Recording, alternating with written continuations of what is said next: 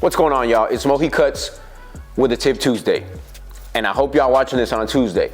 But I do believe 70% of the overall haircut experience with your client is the connection you and them have. And 30% should be the haircut. Now, if there's anything you focus on when it comes to the haircut itself, you giving your client a good haircut experience, I think it should be more the connection you and them have, the conversation, and how well y'all two get off. Now, let me know in the comment section what y'all think.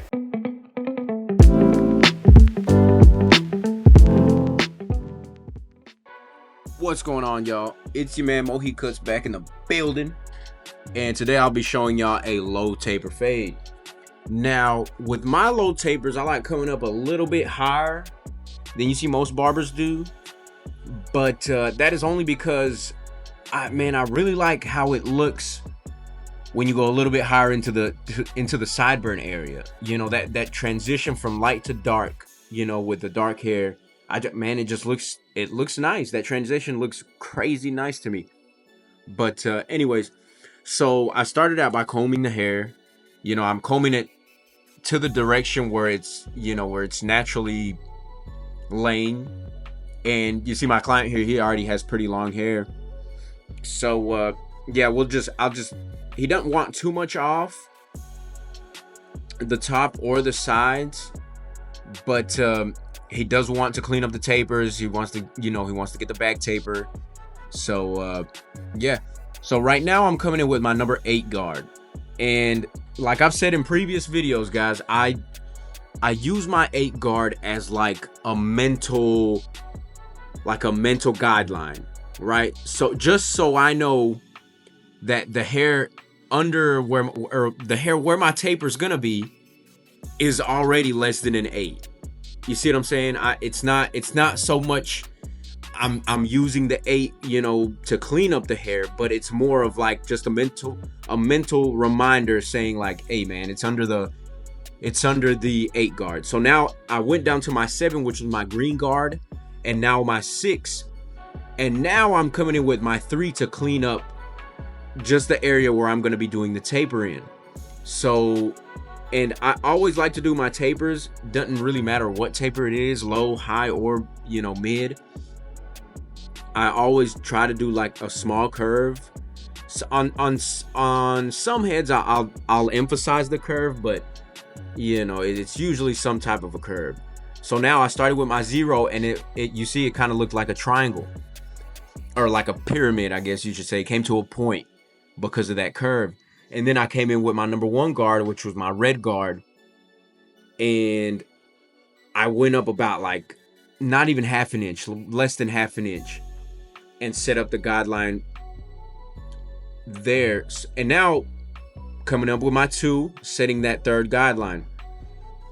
And now I'm coming in with my half guard. Now you got to remember, guys, on low tapers, you cannot move your clipper too much. You cannot, you can't go all crazy. You have to small strokes, pause, but you cannot go crazy with the clipper. You have to have a steady hand and use your corners. Use your corners, guys. The corner of the blade. Do not dig into the hair. So now I have my half guard, and I'm just still, and I'm working my lever down because I want to get to as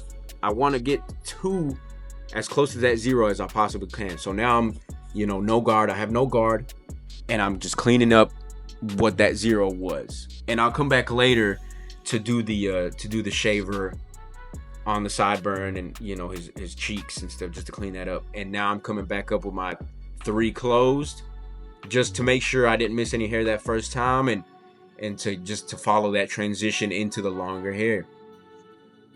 And now I'll grab my 4 guard, and I'll go just a little bit higher. You see I'm not pushing up all the way to that first guideline I made with my 8, where the corner of his edge is. And now I'm coming up just a little bit higher than that with my number 5 guard. Now you can see the blend just came together. It just kind of came together, and I'm using the flick out motion on the longer part of the hair, just so I don't grab as much hair. and now my 6th guard. And yeah, that was a transition. Now I'll come in later and do thinning shears on that guideline where I set my 8 on, that blends up to the top of his head on his parietal parietal. I'm sorry, parietal ridge. Shout out that dude that corrected me. But yeah, so now on the back taper, these same steps, and I do not pass the occipital bone. I never pass the occipital bone on back tapers, because you do not want to bring it too high. It doesn't matter even if your client says, "Hey man, can you bring it up a little bit higher?" It just doesn't look as natural when you bring it up higher than the occipital bone, man. It starts to look a little funky. So yeah, I brought it down to my 6 like I did on the side taper, and now I'm coming in with my 3 and cleaning up. So remember, fellas, 8, 7, 6, and then I'm coming down with my 3 to clean up the area where I'm doing my 0 to 3 fading. And I like doing back tapers with my masters. No, I'm sorry, man, I'm tripping. These are my seniors. I like doing them with my seniors, with my wall seniors, because it's something about that blade on them. They're not too close, but they're not too far. They're not zero gapped, super zero gap, but they're not crazy, like not on the edge either. So and they bite real good. I like my senior. But so yeah, same. So now I'm coming in with my 1.5 and cleaning up the 1 to the 2, just like I did on my side taper, right? And now I'm coming in with my 1 closed and cleaning that bottom guideline you see there, because that was the first one I created. And then with my half guard, I'm just lightening up that 1 where I was playing with my 1, and now I'm coming in with my no guard and just cleaning that last line, that very first line I set up.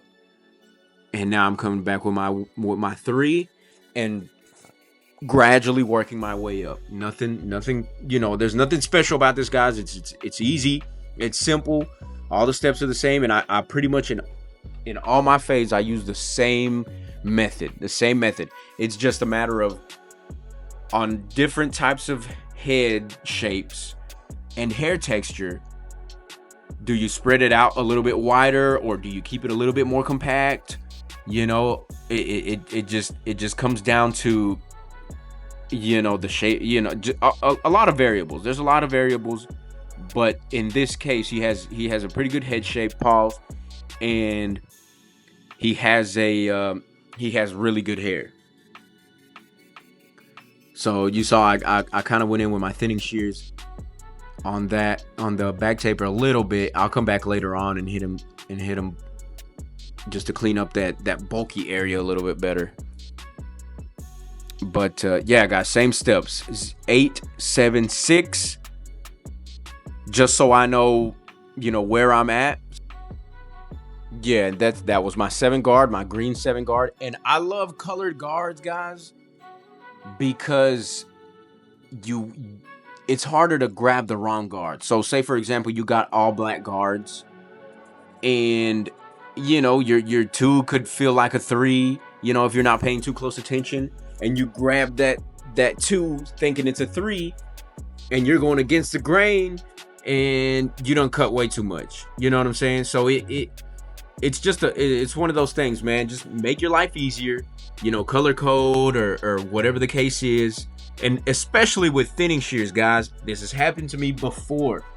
Thinning shears and regular cutting shears, please be able to distinguish the difference between them, because I went to go on a client. I went to go thin out his hair, but I grabbed the wrong shears, and I just went in crazy with the cutting shears instead of the thinning shears. Man, we had to buzz it. But he was my guy. We graduated together. We did, we was boys. So he been coming to me for a while. So he didn't trip. Just another memory and another lesson learned, fellas. But yeah. So this is my side taper. My bad, fellas. I started going on a little history rant, and now I'm building back up. I I did my 0 to 2 taper, and I'm coming back up. Coming back up with the 4, and then 5, and then 6. It really just depends where I see that it was blended well enough into the longer hair going up to his parietal ridge. So now I'm coming in with my sabers and just cleaning up his beard a little bit. And make sure on the bottom of the beard, guys, when you're cleaning that up, you have your trimmers angled where it doesn't bite the hair going the opposite direction of when you're cutting. Because if you feel that pull, man, that I know that shit hurts. So now I'm just kind of cleaning up his edge a little bit on the side. And like I said, keep it as natural as possible. I know I didn't angle my camera too well on that part, but so yeah, see here, guys, I always start on the part closest to his neck area, just because it's easier for me to see, because the hair's shorter where I did the taper. And I use my middle finger to push the ear, as you can see, and then I'll bring down my comb and just I'm not trying to cut too much from the edge when I bring my comb down to cut the hair. It's just making it as a smooth and natural transition as I can. So see, guys, I'm starting at the closest part to the neck, cleaning that off, and same thing. And I'm left-handed, guys, so everything I do, if you're right-handed, if you do follow my my guides, you know, it's not gonna look exactly the same because I am left-handed. So it's a little bit different, or you know, obviously it's the opposite. So yeah, and then just make sure you pull that ear, man. You don't want to hit the moving blade to the ear. You don't want to touch it. You don't want to nick your client. Always move the ear out of the way. And don't put too much pressure on it either. It's you know, the ear's flimsy, so you can kind of, you know, move it out your way. So yeah, that was just the behind the ear, cleaning up his cheek. And go above and beyond, guys. You know, go above and beyond. Do more than what you're paid for. I read that in a book.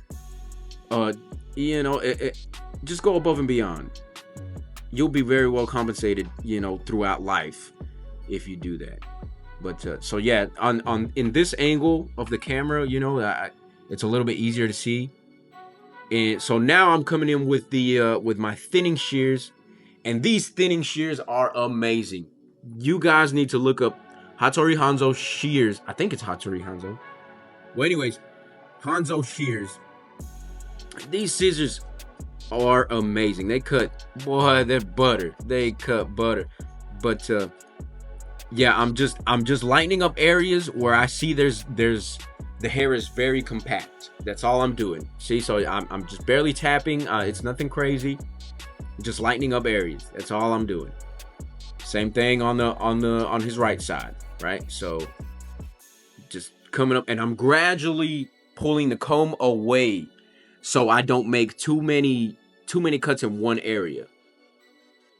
If you pull it away, you're still doing the fade transition effect. You know what I mean? So you're not just digging in one spot, chopping in one spot. And like I said, guys, so now I'm coming in with my shaver, I'm shaving his face. Go above and beyond, fellas. Go above and beyond. Do more than what you're paid for. You know, your clients will love you for that, and they'll come back.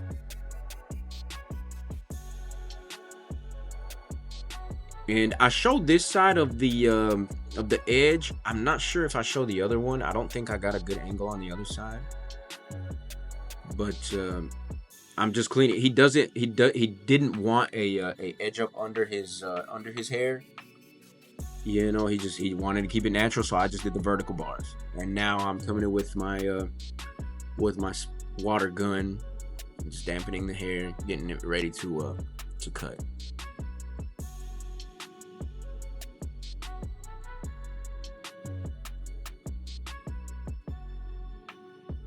And I don't know if you guys have ever used a spray gun like that, but man, those things are cool. I ain't gonna lie to you. I mean, they're kind of. I think that one was like $60, which was I mean, if I knew it was that much, I wouldn't have bought it, but the guy kind of finessed me. But I mean, it's cool. So now when I'm cutting with shears, I always set my first line at the very front of his head, and then I'll do about the same length going all the way back to where his cowlick area is, and then I'll come in from the side and even out, you know, because there's gonna be spots in between if you're just hitting one layer by one layer by one layer. So when you come in at both angles, you're hitting the side angle, and then you come in on like I'm doing now on his side, and I'm hitting the little hills that were creased. You know what I'm saying? I don't know if that makes much sense, you know, but I'll try to make another video more in depth on cutting the top just to keep it all even. But so yeah, guys, this is the final result. I hope you got at least one thing from this video, and like, comment, subscribe. Thank you, guys.